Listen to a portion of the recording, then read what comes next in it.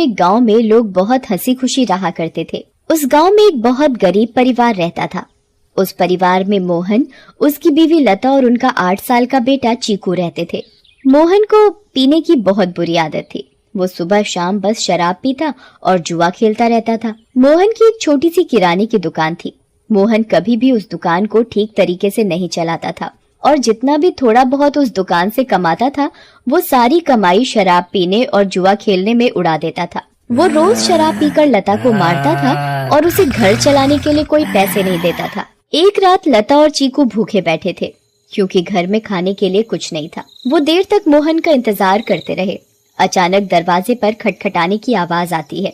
माँ, लगता है पापा आ गए। वो जरूर हमारे लिए कुछ खाने को लाए होंगे। हाँ बेटा, अब हम सब मिलकर पेट भरकर खाना खाएंगे। लता जल्दी से दरवाजा खोलने जाती है। जैसे ही वो दरवाजा खोलती है तो देखती है कि मोहन के दोस्त मोहन को पकड़कर खड़े हैं और मोहन नशे की हालत में है। अरे भैया, इतनी रात को आप लोग? अरे भाभी जी, क्या बताएं, आज तो मोहन ने हद ही कर दी। इतनी शराब पी रखी थी कि इसे इतना भी होश नहीं था कि ये कहाँ पड़ा है। हम इसे चौराहे पर से उठा कर लाए हैं। अगर कोई गाड़ी वाला कुचल जाता तो बताओ, आप लोगों की तो जिंदगी खराब हो जाती। हाँ भाभी जी, बस आप लोगों का सोचकर हम इसे यहाँ ले आए, वरना तो इसका सबके साथ ऐसा व्यवहार है कि कोई इसकी मदद ना करे। मोहन के दोस्त मोहन को कमरे में ले जाकर लेटा देते हैं और वहाँ से चले जाते हैं। बेटा चीकू, आज हमें फिर से भूखा ही सोना पड़ेगा। मैं तेरे पापा के भरोसे तुझे और भूखा नहीं रख सकती। अब मुझे ही कुछ काम करना पड़ेगा। तू बस आज थोड़ी सी भूख बर्दाश्त कर ले। ठीक है माँ। चीकू और लता दूसरे कमरे में सोने चले जाते हैं। तभी मोहन नींद में बड़बड़ाने लगता है। थोड़ी देर बाद मोहन को होश आता है और वो खुद को अपने घर में पाता है। अरे ओ लता, कहाँ मर गई? मुझे बहुत तेज भूख लगी है। चल जल्दी से मेरे लिए खाना लेकर आ। लता बहुत गहरी नींद में सोई हुई होती है और उसे मोहन की आवाज सुनाई नहीं देती। मोहन 4-5 बार आवाज देता है पर लता नहीं उठती। मोहन गुस्से से लाल हो जाता है और कमरे में रखे एक मोटे से डंडे को उठाता है और दूसरे कमरे में जाता है जहां लता और चीकू सो रहे होते हैं। वो डंडे से लता को बुरी तरह पीटने लगता है। लता अचानक नींद से उठ खड़ी होती है। बचाओ बचाओ, मुझे मत मारो। मैंने क्या किया? मेरी क्या गलती है जो आप मुझे ऐसे बुरी तरह मार रहे हो?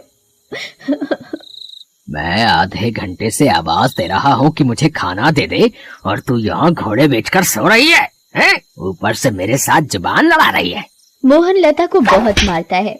आवाज सुनकर चीकू भी नींद से उठ जाता है। वो अपनी माँ को बचाने की बहुत कोशिश करता है पर मोहन किसी की नहीं सुनता और लता को बहुत मारता है। अगली सुबह जब लता उठती है तो उसे बाहर कुछ शोर सुनाई देता है। वो बाहर जाकर देखती है तो लोगों की भीड़ लगी होती है। लता पास जाती है और पूछती है, क्या हुआ रजनी भाभी? अरे तुम्हें नहीं पता क्या? क्या नहीं पता, बताओ क्या हुआ? यही कि चंपा के पति को कल रात एक चुड़ैल उठाकर ले गई। क्या? ये कैसी बातें कर रही हो भाभी आप? चुड़ैल वुड़ैल कुछ नहीं होता। आप भी किसी की बातों पर यकीन कर रहे हो। यकीन कैसे ना हो बहन, मैंने खुद अपनी आंखों से उस भयानक चुड़ैल को देखा है। उसके लंबे बाल, लंबे लंबे नाखून और दांत, उसकी लाल आंखें और डरावना चेहरा मैं कभी नहीं भूल सकती। जब मैं आधी रात को पानी पीने के लिए उठी तो थोड़ी ठंडक लेने के लिए खिड़की पर खड़ी हो गई थी और तभी मैंने देखा कि एक चुड़ैल चंपा के पति को हवा में उड़ाकर ले जा रही है। ऐसी बात है तो हमें संभल कर रहना होगा और शाम होते ही अपने घर के खिड़की दरवाजे बंद करने होंगे। अब बिल्कुल सही कहा लता भाभी आपने। सब अपने घर चले जाते हैं। लता भी काम ढूंढने निकल पड़ती है। वो घर घर जाकर काम मांगती है पर उसे कहीं काम नहीं मिलता। अंधेरा होने लगता है और आखिर में उसे सरपंच मिलता है। क्या हुआ लता? बड़ी परेशान दिख रही है। बस क्या बताऊं सरपंच जी, चीकू के पापा का तो सभी को पता है कि वो ठीक से कमाते तो है नहीं और जो कमाते हैं उसे दारू में उड़ा देते हैं। इसीलिए मैं ही काम ढूंढ रही हूँ ताकि अपना और अपने बच्चे का पेट भर सकूं। ऐसी बात है तो मेरे पास एक काम है। मेरी माँ बहुत बड़ी हो गई है और बिल्कुल चल फिर नहीं सकती।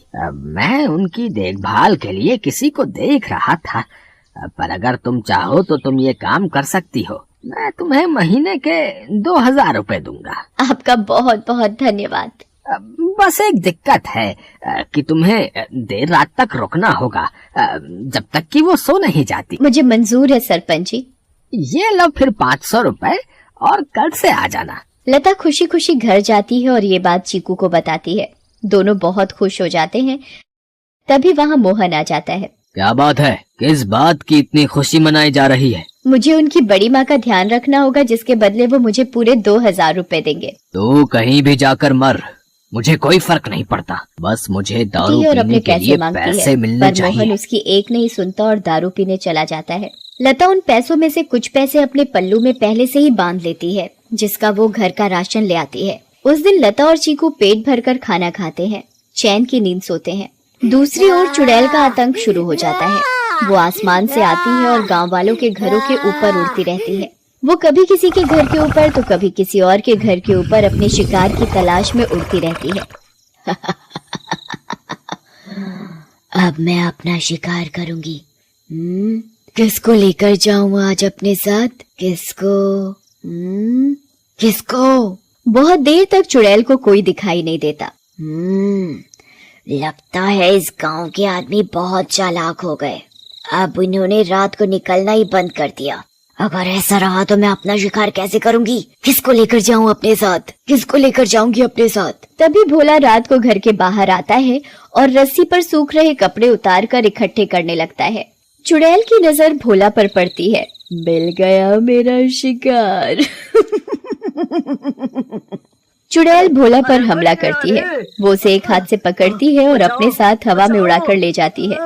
बचाओ बचाओ, मुझे छोड़ दो, जाने दो मुझे। तू तो मेरा आज का शिकार है, ऐसे कैसे छोड़ दूं? तभी भोला की बीवी बाहर भोला को देखने आती है। उसे भोला घर के बाहर कहीं नहीं दिखता, पर फिर उसकी नजर ऊपर जाती है और वो देखती है कि चुड़ैल उसके पति को लेकर जा रही है। रेखा ये सब देखकर बेहोश ही हो जाती है और सुबह जाकर उसे होश आता है। होश आते ही वो अपने पति को हर तरफ ढूंढने लगती है, पर वो कहीं नहीं मिलता। वो यहाँ वहाँ पागलों की तरह भागती है और चिल्ला रही है। तभी गांव के लोग इकट्ठे हो जाते हैं। क्या हुआ रेखा भाभी? अगली सुबह जब लता उठती है तो उसे फिर से घर के बाहर कुछ लोगों का शोर सुनाई देता है।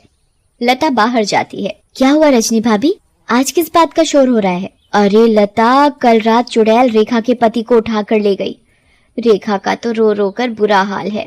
बेचारी रेखा भाभी, पर मुझे ये समझ नहीं आ रहा कि वो चुड़ैल हर रात किसी के पति को ही क्यों उठाकर ले जाती है।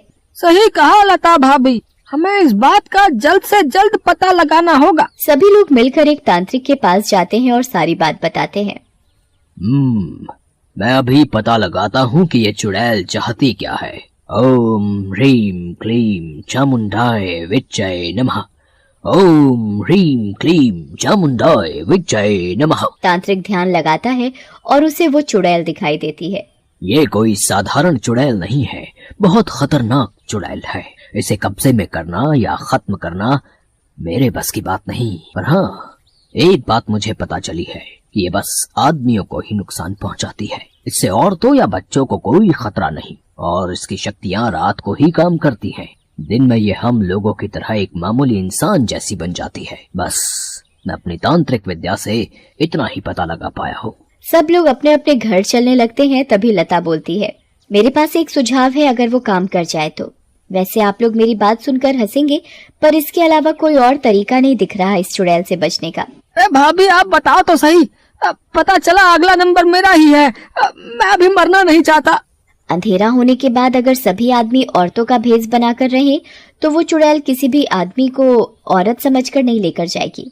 लता की बात सुनकर सब हंसने लगते हैं, पर बाद में सबको लता का ये सुझाव सही लगता है और सब अपने अपने घर चले जाते हैं।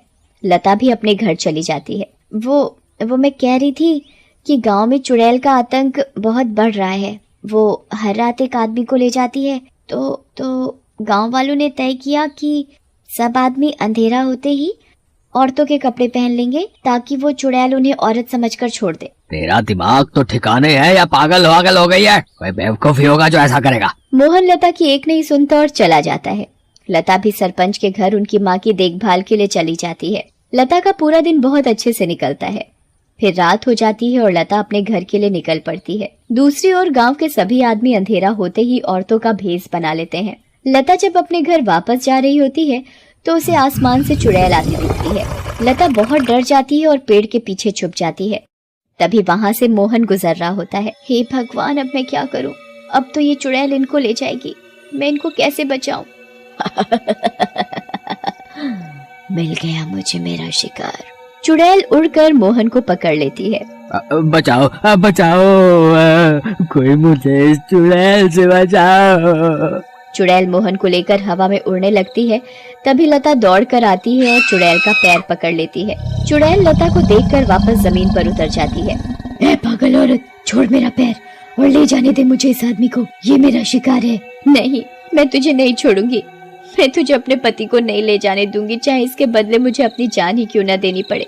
चुड़ैल बहुत कोशिश करती है पर लता उस चुड़ैल के पैर को नहीं छोड़ती। छोड़ मेरा पैर, मेरी पायल टूट जाएगी, दूर रह मेरी पायल से, मेरी पायल मेरी जान है। इस चुड़ैल को आखिर इतना क्यों प्यार है इस मामूली सी पायल से, और ये ऐसे क्यों बोल रही है? कहीं इस पायल में ही तो इसकी जान नहीं। मुझे इस पायल को तोड़ देना चाहिए। लता उस पायल को तोड़ देती है। चुड़ैल आग में जलने लगती है। ये तूने क्या किया? मेरी पायल में ही मेरी जान थी और तूने वही तोड़ दी। चुड़ैल उस आग में खत्म हो जाती है। अब मुझे माफ कर दो लता, मैंने हमेशा तुम्हें मारा पीटा और आज तुमने ही मेरी जान बचाई। उस दिन के बाद से मोहन बदल जाता है। वो अच्छे से काम करता है और अपने परिवार का ध्यान रखता है और कभी शराब नहीं पीता। गांव वालों को भी उस चुड़ैल से हमेशा के लिए छुटकारा मिल जाता है और सब हंसी खुशी